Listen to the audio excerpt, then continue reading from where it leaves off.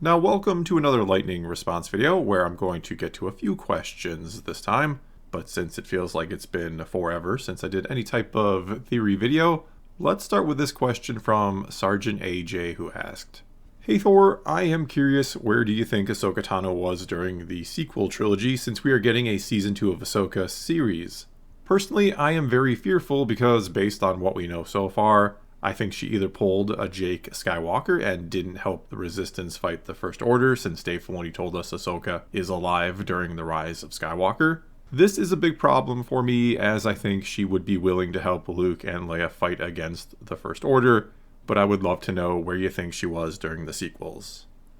Okay, so technically Filoni did not confirm that she was alive during the rise of Skywalker. Instead, he left it more ambiguous and vague, probably or almost certainly because he wants to keep it open-ended, or to keep everything that happens to her a mystery until he tells the end of her story, whenever that might actually be. He basically said that just because you hear her voice among all the other Jedi that are dead doesn't necessarily mean she is dead. She could have been alive and well somewhere and sending her best wishes to Rey as she takes on Palpatine.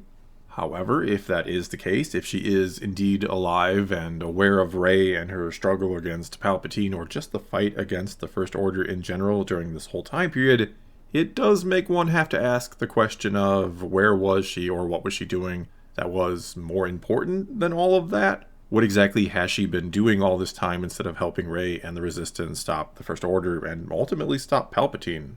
And though I can understand your fear that she might go the Jake Skywalker route, I honestly don't think Dave Filoni would ever do that to her. He loves that character way too much, and I don't think he'd have it where she exiled herself or gave up or anything of that sort. Most likely she is, well, she could still have died at some point before all of that, and we are hearing her voice at the end of the Rise of Skywalker from the beyond, from the cosmic force with all the other Jedi. Again, Filoni wouldn't want to give away she's dead, and thus his vague answer in response to the question. Or it could also be that she's alive and doing something more important, though that then leads to the question of what could be more important than taking on Palpatine. And the only answer to that I could come up with is that it's not so much what she's doing as it's where she is doing it from, or that there is a greater role or purpose she might be playing somewhere else. And as I'm sure you're aware, and as most of you probably are aware and remember, Season 1 of Ahsoka ends with Baylan Skoll discovering some giant statues of the Mortis gods of the Father, Daughter, and Son, and then heading off towards some sort of beacon of light in the distance.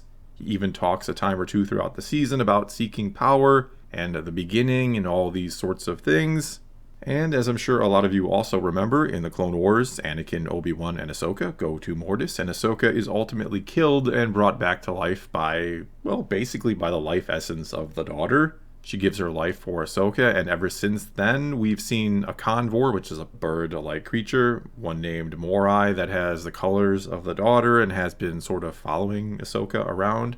And I think the safe bet is that, yeah, Morai has something to do with the daughter, most likely being some sort of lingering presence or a spirit or something along those lines, maybe even one leading Ahsoka to her destiny. And perhaps that destiny is to actually become the new daughter, or to sort of take her place as this light side avatar in a way. Perhaps the Mortis gods are even far more important than we realize, and they fulfill some purpose that has been left vacant since their deaths during the Clone Wars. I mean, I've speculated before that Mortis could be somehow or somewhere between the living and the cosmic force, that it could be a conduit or a gateway of some kind that is even directly connected to the world between worlds, and that perhaps the Father or all three of them were like gatekeepers, and that with them gone, there is no one kind of guarding the pathway between the living and the cosmic force, or between life and death, and that's then how and why Palpatine was able to return somehow. We know, thanks to Rebels, he certainly had an interest in the world between worlds. He knew of its existence. He even tried to trick Ezra into opening it up for him.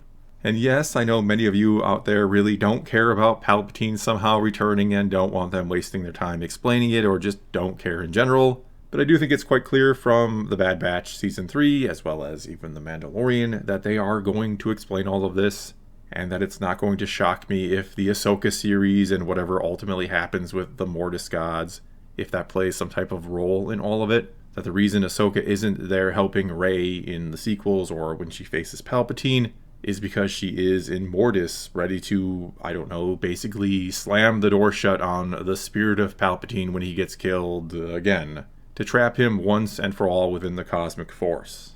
Which honestly would make some sense. I mean, if Palpatine came back once, what's to stop him from doing it again and again and again? And speaking of that, of Palpatine coming back again and again, and on a bit of a side note here, yes, I'm going to be continuing my review of Dark Empire, the comic book series, the one I started last week. That video should be up in a few days.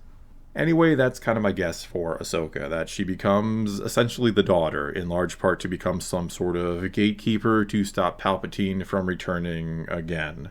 Furthermore, I could see Anakin becoming the father, or like the father, and he is ultimately what shuts the door or seals it shut forever, and keeps Palpatine gone forever, thus fulfilling the prophecy to balance the Force that way.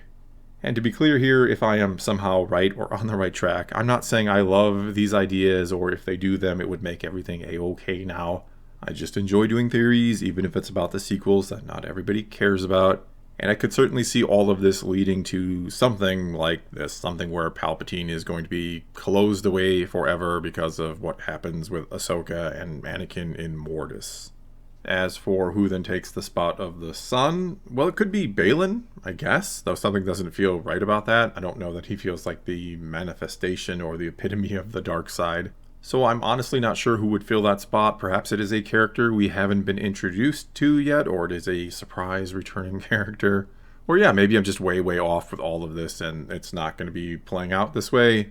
But either way, going back to the question, whatever Ahsoka is up to, I highly doubt she's not helping because she doesn't care or she's given up or anything of the sort.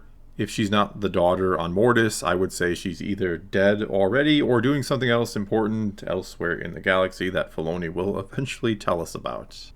Alright, let's move on to a few more questions now, starting with this one from Ian Alley, which is a tad on the long side, so I'm only going to read like the first part of it here. Hey Thor, did you forget that Jedi being emotionless comes directly from George Lucas himself? The entire point of Anakin's fall was a forbidden love affair. It's even in the marketing materials for Attack of the Clones, a Jedi shall not know anger or hate or love. If you don't remember that poster, just Google that and you'll find plenty of samples. Okay, so I do absolutely remember the poster you are talking about. It was incredibly good marketing at the time, which is probably why myself, you, and many others do remember it, and may also be part of the reason why people do get this confused about Jedi not being allowed to have emotions or that they suppress them or whatever. And so what I'm going to do in response is just read a couple of George Lucas quotes that hopefully kind of clear up this idea that emotionless Jedi come from Lucas himself. First one here is from Rolling Stone magazine in 2005, where he said, "The story is not about a guy who was born a monster. It's about a good boy who was loving and had exceptional powers, but how that eventually corrupted him and how he confused possessive love with compassionate love. That happens in episode 2. Regardless of how his mother died, Jedis are not supposed to take vengeance." Alright, then there's another one from Rolling Stone, this time in 2019, where Lucas said, "He was kind and sweet and lovely, and he was then trained as a Jedi. But the Jedi can't be selfish. They can love, but they can't love people to the point of possession. You can't really possess somebody because people are free. It's possession that causes a lot of trouble, and that causes people to kill people and causes people to be bad. Ultimately, it has to do with being unwilling to give things up." Alright, so again, that is from George Lucas himself. It is not that Jedi can't love or can't have friends or don't experience emotions or try to deny emotions. It is simply that they cannot embrace them, especially fear and anger and hate and all those bad ones, but also possessive love. As he's trying to say here, when you take possession of someone, you are unwilling to give them up, you are terrified to lose them, to the point where you make the decision to side with the Sith when it comes to trying to save your wife or stopping the Sith from ruling the galaxy. Alright, and now on to this one from Sam Wilson, who asked, "Hey Thor, I asked this question a couple of lightning responses ago, but figured I would ask again. Long and short of it is that I have been reading the novels of the EU, and noticed, especially in the books made by Timothy Zahn, there are characters that are not wholly evil that are on the side of the Empire. I wanted to know your thoughts on having the Empire be more nuanced and gray than the outright evil we see in the movies and the impact it had on the EU." And as someone who very much enjoys Andor, which takes a more nuanced approach to the Rebellion, and even to the Empire to an extent as well, though certainly the Rebels are not painted in the same light that the movies paint them, whereas the Empire is certainly more like they are in the movies, that most of them, if not all of them, feel like the bad guys.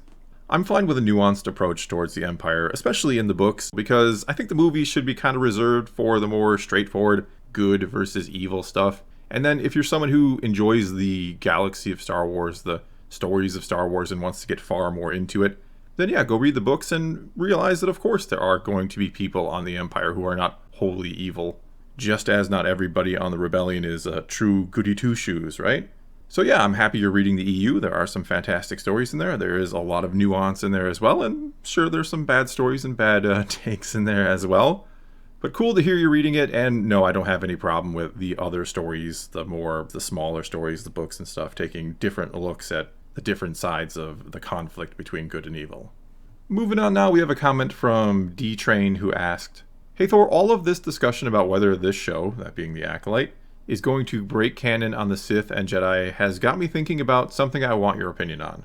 With the Sith being as they are, how is it even possible that so many were willing to die without rocking the boat in the Republic for so long? For people who crave power and lack patience, they sure were good at dying for the cause. Does this sound a little unbelievable to you? Obviously, Palpatine was very patient, but I can't imagine him just passing up the chance because the Jedi were still too powerful. I think I would personally prefer a kind of Revan approach where maybe the Sith went into some uncharted area and then came back. Makes more sense to me."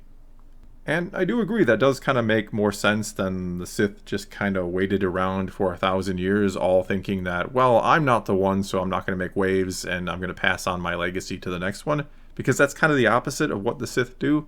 Lucas has even described the fact that the rule of two exists because they just couldn't ever get along, that when one got power, the other one just wanted to kill them, so when you have multiples, they just all started to kill each other until there's one left. Or two, the one who has the power and the one who is willing to wait and bide their time to try to take the power. And I know some people out there think that the Sith, maybe for the sake of revenge or eventually winning, that they did bide their time and they kind of plotted and planned for 1,000 years.